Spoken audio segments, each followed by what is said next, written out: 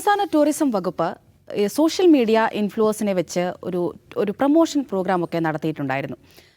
ആ ടൂറിസം പ്രോഗ്രാമിൽ പങ്കെടുത്ത അല്ലെങ്കിൽ ആ പ്രൊമോഷൻ പരിപാടിയിൽ പങ്കെടുത്ത ഒരു ഇൻഫ്ലുവൻസറുടെ പേരിനെ ചുറ്റിപ്പറ്റിയാണ് ഇപ്പോഴത്തെ ചർച്ചകളും കാര്യങ്ങളുമൊക്കെ നടക്കുന്നത്. 2024 ജനുവരി മുതൽ 2025 മെയ് വരെയുള്ള ആ ഒരു വിവരാവകാശ റിപ്പോർട്ട് പുറത്തു വന്നപ്പോൾ അതിൽ നിന്ന് മനസ്സിലാകുന്ന ഒരു പേര് ജ്യോതി മൽഹോത്ര എന്നുള്ളതായിരുന്നു. നമുക്കറിയാം ആ പേര് ഇപ്പോൾ വളരെ ഫെമിലിയറാണ്. കാരണം ഈ പഹൽഗാം ആക്രമണത്തിന് ശേഷം പാകിസ്ഥാൻ ചാരവൃത്തിയുമായി ബന്ധപ്പെട്ട് ജ്യോതി ജയിലിലാണ്, അറസ്റ്റിലായി ജയിലിലാണ് നിലവിലിപ്പോൾ കഴിയുന്നത്. അപ്പോൾ ഈ ഒരു പരിപാടിക്ക് ജ്യോതി എത്തിയിട്ടുണ്ടായിരുന്നു. സംസ്ഥാന ടൂറിസം വകുപ്പിൻ്റെതായിരുന്നു ഈ പരിപാടി. സർക്കാരിൻ്റെ വക ക്ഷണമുണ്ടായിട്ടാണ് അവരുൾപ്പെടെയുള്ള ആളുകളൊക്കെ എത്തിയിട്ടുണ്ടായിരുന്നത്. കേരളം പാക് ചാരവൃത്തിക്ക് പരവതാനി വിരിക്കുകയാണോ എന്നാണ് ഈ ഒരു സംഭവവുമായി ബന്ധപ്പെട്ട് BJP നേതാവ് കെ സുരേന്ദ്രൻ ആരോപിക്കുന്നത്. അതുപോലെ തന്നെ കേരളത്തിലെത്തിയ ജ്യോതി ഇവിടെ ആരെയൊക്കെ കണ്ടിട്ടുണ്ട്, എവിടെയൊക്കെ പോയിട്ടുണ്ട്, എന്തായിരുന്നു അവരുടെ ഉദ്ദേശമെന്ന് നിങ്ങൾക്കറിയാമോ എന്നൊക്കെ ടൂറിസം മന്ത്രിയെ ഒക്കെ ലക്ഷ്യമിട്ട് BJP നേതാവ് കൂടിയായ കെ സുരേന്ദ്രൻ മുന്നോട്ട് വയ്ക്കുന്നുണ്ട്. നമുക്കറിയാം ഇത് നേരത്തെ നടന്ന സംഭവമായിരുന്നു. ഈ പഹൽഗാം ആക്രമണത്തിനൊക്കെ മുമ്പ് നടന്ന സംഭവമായിരുന്നു. അതിനുള്ള മറുപടിയും മന്ത്രി PM മുഹമ്മദ് റിയാസ് നൽകിയിട്ടുണ്ട്. ഇത്തരത്തിൽ കേരളത്തിൽ മാത്രമല്ല, ഇതിനു മുമ്പ് പല സംസ്ഥാനങ്ങളിലും ഇവരുൾപ്പെടെയുള്ള ആളുകളെ എത്തിച്ച് ഇത്തരത്തിലുള്ള പ്രൊമോഷൻ പരിപാടികളൊക്കെ നടത്തിയിട്ടുണ്ട് എന്നുള്ളൊരു വിശദീകരണം മന്ത്രി നൽകുന്നുണ്ട്. അപ്പോൾ മന്ത്രിയെ മാത്രം കുറ്റപ്പെടുത്തണമോ എന്നുള്ളൊരു ചോദ്യമാണ് നിലനിൽക്കുന്നത്. അജിം സർ, ഈ പറഞ്ഞതുപോലെ ഇത് നേരത്തെ നടന്നൊരു പരിപാടിയാണ്. അപ്പോൾ ഇവർ പാക് ചാരയാണോ എന്നുള്ള കാര്യമൊന്നും നമുക്കറിയില്ല. അപ്പോൾ ഇപ്പോൾ ഇങ്ങനെയൊരു കുറ്റപ്പെടുത്തൽ അല്ലെങ്കിൽ ആക്രമണം എന്തുദ്ദേശത്തോടെ ആയിരിക്കും? ഈ ജ്യോതി മൽഹോത്രയുടെ അറസ്റ്റ് ഉണ്ടാവുന്നത് ഓപ്പറേഷൻ സിന്ദൂറിന് ശേഷമാണ്. അപ്പോൾ ഓപ്പറേഷൻ സിന്ദൂറിന് മുമ്പ് തന്നെ ഒരു US കോൺസുലേറ്റ് പാകിസ്ഥാൻ കോൺസുലേറ്റ് ഉദ്യോഗസ്ഥനായ ഒരാളെ തിരിച്ചയച്ചിരുന്നു. സ്ക്യൂമിഷസിൻ്റെ തൊട്ട് മുമ്പ് ഒരു നയതന്ത്ര ശീതയുദ്ധം നടന്ന ഒരു സമയമുണ്ട്. ആ സമയത്ത് ചില പാക് നയതന്ത്ര ഉദ്യോഗസ്ഥരെ മടക്കി വിളിക്കാൻ ഇന്ത്യ ആവശ്യപ്പെടുകയും അവരെ പുറത്താക്കുകയും ചെയ്തിരുന്നു. അങ്ങനെ പുറത്താക്കപ്പെട്ട ഒരാളുമായി നിരന്തര ബന്ധം പുലർത്തിയിരുന്നു ഇയാൾ, ഈ ജ്യോതി മൽഹോത്ര എന്ന സ്ത്രീ എന്നുള്ളതാണ് പോലീസ് കണ്ടെത്തിയ, അന്വേഷണ ഏജൻസികൾ കണ്ടെത്തിയ കാര്യം. അപ്പോൾ അന്വേഷണ ഏജൻസികൾ കണ്ടെത്തിയ ഒരു പ്രധാനപ്പെട്ട കാര്യം, ഒരു ഡാനിഷ് എന്ന പേരുള്ളൊരു പാക് ഉദ്യോഗസ്ഥനല്ല, അവിടെ ഒരു ഏജൻറ്റാണ് എന്നാണ് അറിയപ്പെടുന്നത്. അയാളൊരു രഹസ്യാന്വേഷണ ഏജൻറ്റാണ്, അല്ലെങ്കിൽ അവരുടെ സ്പൈ ആണ്. അയാളുമായി ഇവർക്ക് ഒരു ഇൻറ്റിമേറ്റ് റിലേഷൻഷിപ്പ് ഉണ്ടായിരുന്നു. ഇവരൊരുമിച്ച് ഇന്തോനേഷ്യയിലെ ബാലിയിലൊക്കെ ടൂറ് പോയിട്ടുണ്ട് എന്ന് വരെ കണ്ടെത്തിയിട്ടുണ്ട്. അപ്പോൾ നമുക്കറിയാം ഈ സ്പൈയിങ് പ്രധാനമായിട്ടും നടക്കുന്ന ഹണി ട്രാപ്പ് വഴിയാണ്. ഹണി ട്രാപ്പിൽപ്പെട്ട എത്രയോ പേരുടെ കഥകൾ നമ്മളിപ്പോൾ അടുത്ത സമയത്ത് തന്നെ കേട്ടിട്ടുണ്ട്. ഒരു പ്രദീപ് കുരുൾക്കർ എന്ന പേരുള്ള DRDOയിലെ ഒരു സയൻറ്റിസ്റ്റ്, അത് ഏതോ രാജ്യത്തിരുന്ന് ഏതോ ഒരു ഫേക്ക് ID ഉപയോഗിച്ചിട്ട് ഇയാളുടെ കയ്യിൽ നിന്ന് പ്രധാനപ്പെട്ട വിവരങ്ങൾ ചോർത്തിയെടുത്തിട്ടുണ്ട്. നമ്മൾ ഭയങ്കര രസമുള്ളൊരു കഥയുണ്ട്. ഒരു പാകിസ്ഥാനിലെ ഇന്ത്യൻ എംബസിയിൽ ജോലി ചെയ്തിരുന്ന മാധുരി ഗുപ്ത എന്ന് പറയുന്ന ഒരു ഡിപ്ലോമാറ്റ് ഉണ്ടായിരുന്നു. അവർക്ക് അന്ന് തന്നെ 50 വയസ്സിനും 60 വയസ്സിൻ്റെ അടുത്ത് പ്രായമുണ്ട്.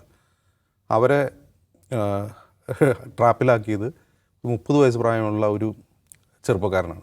അതായത് ഒരു പുസ്തകപ്രേമിയായിട്ട് ഇവരുടെ അടുത്ത് എത്തുകയും അങ്ങനെ പുസ്തകങ്ങളെ പറ്റി സംസാരിക്കുകയും അവസാനം ഇവരുമായിട്ട് വളരെ ഇൻറ്റിമേറ്റ് റിലേഷൻഷിപ്പിലാവുകയും ഇവർ സകല വിവരങ്ങളും ചോർത്തി കൊടുക്കുകയും ചെയ്തതാണ്. അപ്പോൾ ജ്യോതി മൽഹോത്രയെ ഹണി ട്രാപ്പിലാക്കിയിട്ട് പാകിസ്ഥാൻ എന്ത് കാര്യം എന്നൊരു ചോദ്യമുണ്ട്. കാരണം ജ്യോതി മൽഹോത്രയ്ക്ക് ഇങ്ങനെയുള്ള വിവരങ്ങൾ എങ്ങനെ അറിയാം? അതൊരു ക്വസ്റ്റൻ ആണല്ലോ. ചോർത്തി കൊടുക്കാൻ പറ്റിയ രഹസ്യ വിവരങ്ങൾ ജ്യോതി മൽഹോത്രയ്ക്ക് കിട്ടുന്ന എവിടെ നിന്നാണ്? കാരണം അവരൊരു യൂട്യൂബറാണ്, ഒരു ഇൻഫ്ലുവൻസർ മാത്രമാണ്. അപ്പോൾ ഇന്ത്യയുടെ ഔദ്യോഗിക രഹസ്യങ്ങൾ എങ്ങനെയാണ് ഇൻഫ്ലുവൻസർക്ക് മനസ്സിലാവുക? ഒരു ഇൻഫ്ലുവൻസറെ സ്വാധീനിച്ചാൽ എങ്ങനെയാണ് പാകിസ്ഥാന് ഈ ഔദ്യോഗിക വിവരങ്ങൾ ചോർന്ന് കിട്ടുക എന്നുള്ള ഇപ്പോഴും ഉത്തരം കിട്ടാത്ത ചോദ്യങ്ങളാണ്. അങ്ങനെയാണെങ്കിൽ ആ ചോർച്ചയാണല്ലോ ആദ്യം അടയ്ക്കേണ്ടത്. ജ്യോതി മൽഹോത്രയെ പോലൊരു സാധാരണ യൂട്യൂബർക്ക് ഇന്ത്യയുടെ ഔദ്യോഗിക രഹസ്യങ്ങൾ ചോർത്തി കൊടുക്കാൻ പറ്റുന്ന ഔദ്യോഗിക രഹസ്യങ്ങൾ അവരറിയുന്നത് എങ്ങനെയാണ് എന്നൊരു പ്രധാനപ്പെട്ട ക്വസ്റ്റ്യൻ ഉണ്ട്. ആ ചോദ്യത്തിന് ഇപ്പോൾ ഉത്തരം കിട്ടിയിട്ടില്ല. ഇവിടെ കേരളത്തിൽ ടൂറിസം വകുപ്പ് അവരുമായിട്ട് കൊളാബറേറ്റ് ചെയ്ത് ടൂറിസം വകുപ്പിൻ്റെ പ്രൊമോഷന് വേണ്ടി ഉപയോഗിച്ചു എന്ന് പറയുന്നു. അവർ മാത്രമല്ല, ധാരാളം സോഷ്യൽ മീഡിയ ഇൻഫ്ലുവൻസേഴ്സിനെ ടൂറിസം വകുപ്പ് അതിനുവേണ്ടി ഉപയോഗിക്കാറുണ്ട്. പ്രത്യേകിച്ചും ടൂറിസം വകുപ്പിൻ്റെ പ്രൊമോഷൻസ് എന്താണ് പറയുക, ട്രഡീഷണൽ മാധ്യമങ്ങളെക്കാൾ സോഷ്യൽ മീഡിയയിലാണ് കൂടുതലായിട്ട് കൂടുക. അപ്പോൾ ഏറ്റവും നല്ല ഉദാഹരണം F-35 വിമാനം വന്നപ്പോൾ അതിനെ വെച്ച് അവർ പ്രൊമോട്ട് ചെയ്തിട്ടുണ്ട്. അപ്പോൾ അങ്ങനെ നവീനമായ പല ആശയങ്ങളും ടൂറിസം പ്രൊമോഷന് വേണ്ടി സർക്കാർ ഉപയോഗിക്കുന്നുണ്ട്, ശരിയാണ്. അതിൽ ജ്യോതി മൽഹോത്ര ഉപയോഗിച്ചു. പക്ഷെ അവർ ഉപയോഗിക്കുന്ന സമയത്ത് ഇവർ ചാരവനിതയാണെന്ന് മന്ത്രി മുഹമ്മദ് റിയാസിനോ ടൂറിസം വകുപ്പിനോ ടൂറിസം പ്രൊമോഷൻ കൗൺസിലിന് ആർക്കും അറിയില്ലല്ലോ. അറിയാതെ എങ്ങനെയാണ് ഇവർ ചാരവനിതയാണെന്ന് അറിയുന്നത്? ഇവർ ഈ ചാരപ്രവൃത്തി ചെയ്തു എന്ന് അന്വേഷണ ഏജൻസികൾ ആരോപിക്കപ്പെടുന്ന സമയത്ത് തന്നെയാണ് ഡൽഹിയിലുള്ള പാക് കോൺസുലേറ്റിൽ പോയത്. അവർക്ക് എങ്ങനെയാണ് പോകാൻ കഴിഞ്ഞത്? ഇനി ഏറ്റവും പ്രധാനപ്പെട്ട ക്വസ്റ്റ്യൻ, ജ്യോതി മൽഹോത്രയുടെ കാര്യത്തിൽ ഏറ്റവും പ്രധാനപ്പെട്ട ക്വസ്റ്റ്യൻ, അവർ ഏതെങ്കിലും ഔദ്യോഗിക രഹസ്യങ്ങൾ പാകിസ്ഥാൻ ചോർത്തി കൊടുത്തിട്ടുണ്ടെങ്കിൽ ആ രഹസ്യങ്ങൾ അവരറിഞ്ഞത് എങ്ങനെയാണെന്നുള്ള ചോദ്യത്തിനാണ് ഏറ്റവും പ്രധാനപ്പെട്ട. കാരണം എത്രയോ ടി ബി വിവരങ്ങൾ ഡിജിറ്റൽ രേഖകൾ അന്വേഷണ ഏജൻസികൾ സ്വീകരിച്ചു എന്ന് പറയുന്നു. അങ്ങനെയാണെങ്കിൽ ഇത്രയും നാൾ അവർ ചെയ്തുകൊണ്ടിരുന്ന കാര്യങ്ങൾ നമ്മുടെ രഹസ്യാന്വേഷണ റഡാറിൽ പെടാതിരുന്നത് എങ്ങനെയാണ്? അതിന് ഉത്തരം പറയേണ്ടത് കേന്ദ്ര സർക്കാരാണ്. ഒരു യൂട്യൂബർ എത്രയോ ഡിജിറ്റൽ വിവരങ്ങൾ പാകിസ്ഥാന് കൈമാറിയെന്ന് പറയുന്നു എങ്കിൽ ആ വിവരങ്ങൾ അവർ ശേഖരിക്കുന്ന സമയത്ത് നമ്മുടെ രഹസ്യാന്വേഷണ റഡാറുകൾ, നമ്മുടെ രഹസ്യാന്വേഷണ ഏജൻസികൾ എന്ത് ചെയ്യുമായിരുന്നു? അങ്ങനൊരു ചോദ്യം ഉണ്ടല്ലോ. ഒരു സാധാരണ പൗരന്, മറ്റൊരു DRDO സയൻറ്റിസ്റ്റ് അല്ലെങ്കിൽ ഒരു നയതന്ത്രജ്ഞ എന്നൊക്കെ പറയുമ്പോൾ നമുക്ക് മനസ്സിലാവും, അവർക്ക് രഹസ്യ വിവരങ്ങൾ അറിയാം. ഒരു സാധാരണ സിവിലിയൻ എങ്ങനെയാണ് ഔദ്യോഗിക രഹസ്യങ്ങൾ ഇത്രയും ഒരു ഹാർഡ് ഡ്രൈവിൽ ശേഖരിക്കാൻ പാകത്തിനുള്ള വിവരങ്ങൾ എവിടെ നിന്ന് ശേഖരിച്ചു? ആ ചോദ്യത്തിനാണ് ആദ്യം മറുപടി കിട്ടുന്നത്. അതിനുശേഷം അവരെന്തിന് കേരളത്തിൽ വന്ന ക്വസ്റ്റ്യൻ ഉയർത്തുമായിരിക്കും ഭംഗി. ഇപ്പോൾ ഇവരിവിടെ വന്നപ്പോൾ അത് ഞാൻ മുമ്പേ പറഞ്ഞതാണ്. ഇവർ കേരളത്തിൽ വന്നത് എന്തിനാണെന്ന് ഞാൻ മുമ്പേ ചോദിച്ചതാണ്. ഇപ്പോൾ കണ്ടോ എന്ന രീതിയിലാണ് കെ സുരേന്ദ്രൻ പറയുന്നത്. ഞാൻ കഴിഞ്ഞ ദിവസം ഒരു സോഷ്യൽ മീഡിയ കാർഡ് കണ്ട്, പറഞ്ഞാണോ എനിക്കറിയില്ല, PK ഫിറോസ്, മുസ്ലിം ലീഗ് യൂത്ത് ലീഗ് നേതാവ് PK ഫിറോസും സമാനമായ ആരോപണം ഉന്നയിച്ചിരിക്കുന്നു. സുരേന്ദ്രൻ അത് പറയുന്നത് നമുക്ക് മനസ്സിലാക്കാം. സുരേന്ദ്രൻ അത് പറയുന്നതിൻ്റെ ലക്ഷ്യം എന്താണെന്ന് നമുക്ക് മനസ്സിലാവും. അതായത് മന്ത്രി മുഹമ്മദ് റിയാസ്, ആ പേരാണ് പ്രധാനം. ആ മന്ത്രി മുഹമ്മദ് റിയാസ് എന്ത് ചെയ്യുന്നു?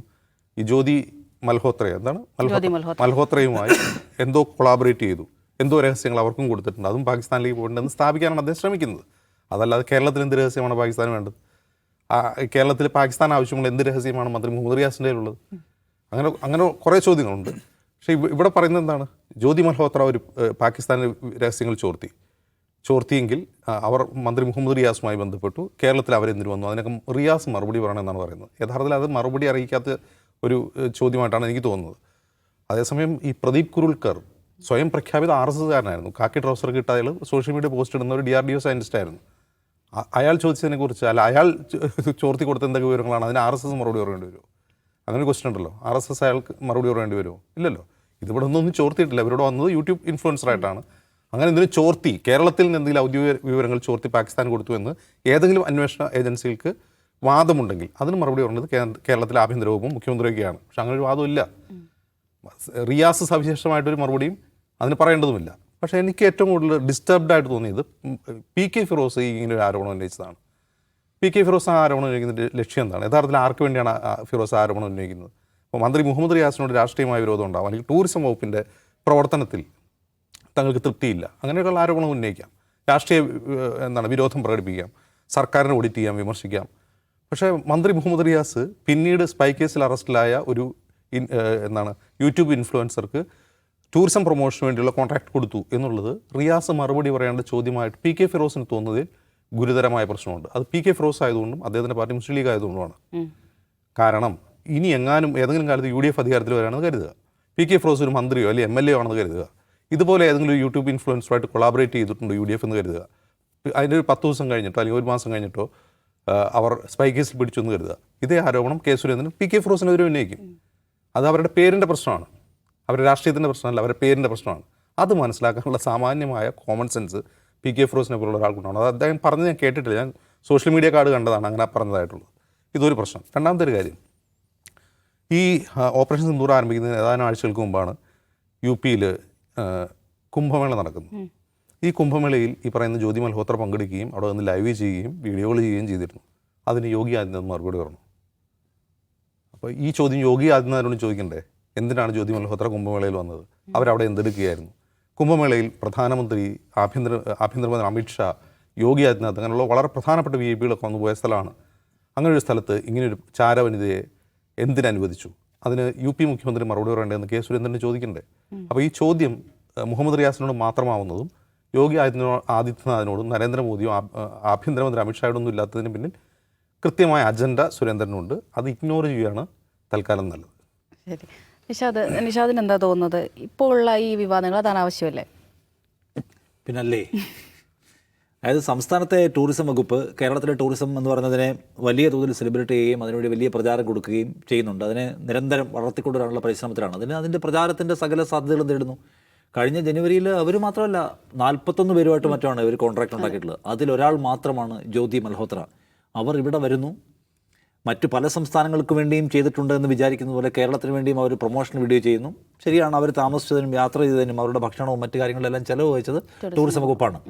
അല്ലാതെ അവർ സംസ്ഥാനത്തിൻ്റെ അതിഥി പോലുമല്ല എന്ന് വ്യക്തതപ്പെടുത്തിക്കൊണ്ടാണ് അവരുമായിട്ട് കോൺട്രാക്ട് ഉണ്ടാക്കുന്നത്. നമുക്ക് വേണ്ടി ഒരു കാര്യം ചെയ്യാൻ വന്നിരിക്കുന്നു, അതിന് പൈസ കൊടുക്കുന്നു, അല്ലാതെ ഔദ്യോഗിക അതിഥിയോ അങ്ങനെ സവിശേഷമായ പ്രിവിലേജോ ഒന്നും അവർക്കില്ല എന്ന് അവരുമായിട്ടുള്ള കോൺട്രാക്റ്റിൽ തന്നെ പറയുന്നു. അവർ വന്നു, അവരുടെ പണിയെടുത്തു, പോയി. ഇവിടെ വന്നിട്ട് ഒരു കാര്യമുണ്ടല്ലോ, അതായത് ഇവിടെ വന്നാൽ ചാരപ്രവർത്തനത്തിൻ്റെ ഭാഗമായി തന്ത്രപ്രധാന മേഖലകൾ വിസിറ്റ് ചെയ്യണമല്ലോ. ഏത് തന്ത്രപ്രധാന മേഖലയാണ് അവർ വിസിറ്റ് ചെയ്തത്? അവർ ഹിൽ ഏരിയാസിൽ പോയിട്ടുണ്ട്, ബീച്ചിൽ പോയിട്ടുണ്ട്, കണ്ണൂരിലും കോഴിക്കോടും ഒക്കെ വന്നിട്ടുണ്ട്. ഇതെവിടെയാണ് തന്ത്രപ്രധാന മേഖല? എവിടെയാണ്? ഇപ്പോൾ കേരളത്തിലെ തന്ത്രപ്രധാന മേഖല എന്ന് പറഞ്ഞാൽ ഇപ്പോൾ കളമശ്ശേരി പോയി NAD പോകാൻ പറ്റണം, അവിടെ പോയിട്ടുണ്ടോ? ഇല്ല. അല്ലെങ്കിൽ നമ്മുടെ ഷിപ്പ്യാർഡിൽ പോകാൻ പറ്റണം, അവിടെ പോയിട്ടുണ്ടോ? ഇല്ല. അല്ലെങ്കിൽ തന്നെ കേരളത്തിൽ ഏത് തന്ത്രപ്രധാന മേഖലയാണ് മുഹമ്മദ് റിയാസിന് അണ്ടറിലുള്ളത്? മുഹമ്മദ് റിയാസിൻ്റെ അണ്ടറിൽ ഇവിടുത്തെ പട്ടാള ക്യാമ്പ് പോലും ഉണ്ടോ? പാങ്ങോട് പട്ടാള ക്യാമ്പ് മുഹമ്മദ് റിയാസിൻ്റെ അണ്ടറിലാണോ? അല്ലെങ്കിൽ ഷിപ്പ്യാർഡ് മുഹമ്മദ് റിയാസിൻ്റെ അണ്ടറിലാണോ? NAD മുഹമ്മദ് റിയാസിൻ്റെയോ പിണറായി വിജയൻ്റെയോ അണ്ടറിലാണോ? ഇനി അവിടെ എങ്ങാനും പോയിട്ടുണ്ടോ? ഉണ്ടെങ്കിൽ അതിൻ്റെ ഉത്തരവാദിത്വം പറയേണ്ടത് ആരാണ്? അപ്പോൾ ഇവിടെ പോട്ടെ, ഇനി പ്രമുഖ വ്യക്തികളുമായി കൂടിക്കാഴ്ച നടത്തിയോ? ഇവിടെ ഏതെങ്കിലും പ്രധാനപ്പെട്ട ഒഫീഷ്യൽസുമായിട്ട്? ഒന്നുമില്ല. അവരൊരു യൂട്യൂബർ മാത്രം, വെറും 484K മാത്രം ഫോളോവേഴ്സ് ഉള്ള ഒരു യൂട്യൂബർ മാത്രമാണ് അവർ. അവരിവിടെ വന്നു, അവരുടെ പണിയെടുത്തു, അവർ തിരിച്ചുപോയി, അവർക്ക് അതിനുള്ള പൈസയും കൊടുത്തു. വേറെ ഒരുപാട് പേർക്ക് നമ്മൾ പൈസ കൊടുത്തിട്ടുണ്ട്. ഇനിയിപ്പോൾ അവരങ്ങനെ ഒരു ദുരൂഹ വ്യക്തിത്വമായിരുന്നു, അല്ലെങ്കിൽ അവർക്ക് സംശയാധിഷ്ഠിതമായിട്ട് സ്വഭാവമുള്ള ആളാണ്, അങ്ങനെ എന്തെങ്കിലും ഇൻഫർമേഷൻ കേന്ദ്ര സർക്കാരിൻ്റെ ഭാഗത്തുനിന്നുണ്ടോ? നാഷണൽ ലെവലിൽ ഈ പറയുന്ന വ്ളോഗിങ് ചെയ്യുന്ന ഒരാൾ, യൂട്യൂബർ, അവരുടെ പേര് ഇങ്ങനെ മൽഹോത്ര, ജ്യോതി മൽഹോത്ര എന്നാണ്. അവർ പല രാജ്യങ്ങളും സന്ദർശിക്കുന്നു. അവരെക്കുറിച്ച് സംശയാസ്പദമായ ചില വിവരങ്ങളുണ്ട്, സൂക്ഷിക്കണം എന്തെങ്കിലും ഇൻപുട്ട് കേരളത്തിന് കൊടുത്തിട്ടുണ്ടോ? ഇല്ല. നമുക്കങ്ങനെ അറിയാൻ പറ്റും ഇവരെക്കുറിച്ച്? അവരുടെ അത്തരം കാര്യങ്ങൾ, ആളുകളുടെ രഹസ്യ വിവരങ്ങൾ, പേഴ്സണൽ ഡാറ്റ, അവരുമായി ബന്ധപ്പെട്ട ചാരവൃത്തിയുമായി ബന്ധപ്പെട്ട ആരോപണങ്ങൾ, ഇതൊക്കെ അന്വേഷിക്കുന്ന ഏജൻസികൾ എവിടെയുണ്ടോ? ഇല്ല. അങ്ങനെ വല്ല സംശയം ഉണ്ടെങ്കിൽ അതിനെക്കുറിച്ചുള്ള വിവരങ്ങൾ നൽകുന്നത് ആരാണ്? ദ ഹിന്ദു ദിനപത്രം പ്രസിദ്ധീകരിച്ചിരിക്കുന്ന ഒരു വാർത്ത, കേരളത്തിൽ മാത്രമല്ല മറ്റ് പല സംസ്ഥാനങ്ങൾക്ക് വേണ്ടിയുമായിട്ടുള്ള പ്രവർത്തനങ്ങൾ ആര് നടത്തിയിട്ടുണ്ട്? സംസ്ഥാനങ്ങൾക്ക് വേണ്ടിയിട്ടുള്ള PR ഓപ്പറേഷൻ്റെ ഭാഗമായി ഒരു പ്രവർത്തിച്ചിട്ടുണ്ടോ എന്നാണ്. അപ്പോൾ അതിനെക്കുറിച്ചൊന്നും ആരും അക്കൗണ്ടബിൾ അല്ലേ? ആ ചോദ്യം ഉണ്ടല്ലോ. ഇവർ ഏതൊക്കെ കശ്മീരിൽ പോലുള്ള ഏറ്റവും പ്രധാനപ്പെട്ട തന്ത്രപ്രധാന സ്ഥലത്ത് പോയിട്ട് വ്ളോഗ് ചെയ്തിട്ടുണ്ട്, ഒഡീഷയിൽ പോയി വ്ളോഗ് ചെയ്തിട്ടുണ്ട്, അവിടെ ഇവർ താമസിച്ചിട്ടുണ്ട്. ഇതിൻ്റെയൊക്കെ ഉത്തരവാദിത്വം പറയാനുള്ള ബാധ്യത അത് സർക്കാരുകൾക്കുണ്ടോ? അപ്പോൾ ആ ചോദ്യം എന്ന് പറയുന്നത് അനാവശ്യമായി മുഹമ്മദ് റിയാസ് എന്ന് പറഞ്ഞ പേരുള്ള ഒരാളെ ടൂറിസം വകുപ്പിൽ കിട്ടി. ഇവിടെ ഒരു CPMൻ്റെ അല്ലെങ്കിൽ ഇടതുപക്ഷ ജനാധിപത്യ മുന്നണി സർക്കാരുണ്ട്, ഇത് കേരളമാണ്. അപ്പോൾ അവരുടെ വന്നു എന്നുള്ളൊരു വിവരം കിട്ടി. അതിൻ്റെ അടിസ്ഥാനത്തിൽ എല്ലാം കൂടെ ഏച്ച് കെട്ടാനുള്ള ശ്രമം നടത്തുകയാണ്. അത് തുടക്കത്തിലെ പാളിപ്പോകും. അതിനകത്ത് ഏതെങ്കിലും തരത്തിലുള്ള സാധ്യതയില്ലാത്ത ഒന്നാണ്. നമ്മൾ ആലോചിക്കണം, അങ്ങനെ ആളുകളുടെ പശ്ചാത്തലം എടുത്ത് നോക്കിയിട്ട് എല്ലാവരും അക്കൗണ്ടബിളാണ് എന്ന് പറയാൻ തുടങ്ങിയാലേ, 2022 അമർനാഥ് ക്ഷേത്ര തീർത്ഥാടകരെ ആക്രമിക്കാൻ പ്ലാൻ ഇടുന്നു എന്നതിൻ്റെ പേരിൽ താലിബ് ഷാ എന്ന് പറയുന്ന ഒരു ലഷ്കർ തോയ്ബ കമാൻഡറെ പോലീസ് പിടിക്കുന്നുണ്ട്. അവിടുത്തെ അയാൾ നേരത്തെ BJPയുടെ IT സെല്ലിൻ്റെ പ്രധാനപ്പെട്ട ചുമതലക്കാരനായിരുന്നു, ആക്ഷേപമുണ്ടായിരുന്ന ആളാണ്. ഐ ലവ് നമോ എന്നൊക്കെ പറഞ്ഞ് പോസ്റ്റ് ഇടുന്ന, BJPയുടെ പോസ്റ്റുകൾ ഷെയർ ചെയ്തിരുന്ന ഒരു ഫേസ്ബുക്ക് അക്കൗണ്ട് കൈകാര്യം ചെയ്തിരുന്ന ആളാണത്. BJPയോ BJP ആക്റ്റീവ് പ്രവർത്തകരെയോ സിമ്പതൈസറെയോ പോലെ പ്രവർത്തിച്ചിരുന്ന ആളാണ്. അതിനുശേഷം അയാൾ ചില BJPക്കാരോട് നിൽക്കുന്ന പടമൊക്കെ പുറത്തു വരികയും ചെയ്തു. അതിൻ്റെ പേരിൽ ഇവിടെ BJPക്കാരെ ആരെങ്കിലും പിടിച്ച് മൊത്തം തീവ്രവാദികളാണ് BJPക്കാർ എന്നാരെങ്കിലും പറയാൻ ശ്രമിച്ചോ? തീവ്രവാദികളും BJPയും തമ്മിൽ നേരിട്ടുള്ള ബന്ധമുണ്ടെന്നുള്ള ആക്ഷേപം ഉന്നയിക്കുകയോ അതിൻ്റെ പേരിൽ ആരെങ്കിലും ധാർമ്മിക ഉത്തരവാദിത്തം എടുത്ത് മറുപടി പറയുകയോ ചെയ്തോ? ഇല്ല. ഇതിനേക്കാൾ സീരിയസ് ആയ സംഭവങ്ങൾ ഉണ്ടായപ്പോൾ പോലും അക്കൗണ്ടബിലിറ്റി ഏറ്റെടുക്കാത്ത, ഉത്തരവാദിത്തം ഏറ്റെടുക്കാത്ത ആളുകളുടെ പ്രതിനിധികളാണ് ഇവിടെ വന്നിട്ട്. നേരത്തെ ഏതോ ഒരു യൂട്യൂബർ ഇവിടെ വന്നു പോയിട്ടുണ്ട്. ആ യൂട്യൂബർക്ക് ഇപ്പോൾ പാകിസ്ഥാനുമായി ബന്ധമുണ്ട്. നേരത്തെ പറഞ്ഞ പോലെ ഏജൻസികളാണ് പറയുന്നത് അവർക്ക് പാകിസ്ഥാനിൽ ഗുരുതരമായ വിവരങ്ങൾ അവർ കൈമാറി. അതിൻ്റെ കോടതിയിൽ വിശദീകരിക്കപ്പെടുകയും പ്രൂവ് ചെയ്യപ്പെടുകയും ചെയ്യേണ്ട കാര്യമാണ്. നമുക്കറിയില്ല. ഏജൻസി പറയുന്നു അവർ പാകിസ്ഥാന് വേണ്ടി നിർണായകമായ വിവരങ്ങൾ ചോർത്തി കൊടുത്തു. നേരത്തെ ഏജൻസി പറഞ്ഞ പോലെ നിർണായകമായ വിവരങ്ങൾ എന്ന് വെച്ചാൽ എന്താണ്? ഇവിടെയുള്ള ഇന്ത്യയുടെ ഏതെങ്കിലും ഭൂപ്രദേശങ്ങളുടെ ചിത്രമാണോ? ഏതെങ്കിലും പട്ടാള ക്യാമ്പുകളുടെയോ മറ്റോ ചിത്രങ്ങളാണോ? അതോ അതിനപ്പുറത്തുള്ള വിവരങ്ങളുണ്ടോ? അപ്പുറത്തുള്ള വിവരങ്ങളുണ്ടെങ്കിൽ ജ്യോതി മൽഹോത്രയിൽ മാത്രം നിൽക്കില്ല. എവിടെ നിന്നാണ് ഇത് ചോർത്തപ്പെട്ടതെന്നുള്ള പോയിന്റ് വരണമല്ലോ. സോ അത് പ്രൂവ് ചെയ്യപ്പെട്ട ഒരു സംഗതിയാണ്.